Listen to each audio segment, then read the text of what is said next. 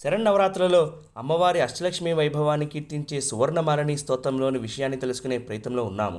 ఈరోజు అలంకారము ధనలక్ష్మి. ఈరోజు అనుసంధానం చేయవలసిన శ్లోకము ధనపతి ముఖదేవై స్తూయమానా దయాద్ర దినకర నిభవర్ణ బిల్వ వృక్షాలయాశ్రీ ధృతనవనిధిహస్త దేవతా మంగళానాం వితరతు ధనలక్ష్మి విత్తరాసీన్ సదానః. మహాధనపతి అయిన కుబేరుడు స్తుతించే దయాస్వరూపిణి, సూర్యుని కాంతితో సమానమైన శరీరఛాయ కలది, మారేడు వృక్షము నివాసముగా కలది, శుభములనిచ్చే దేవత అయిన ధనలక్ష్మి మాకు సమృద్ధమైన సంపదలనిచ్చి కాపాడుగాక అని అర్థం.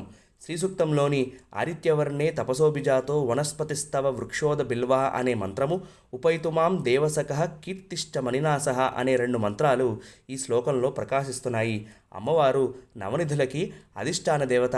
అవి ఏమిటి అంటే మహాపద్మము, పద్మము, శంఖము, మకరము, కచ్చపము, ముకుందము, కుందము, నీలము, ఖర్వము.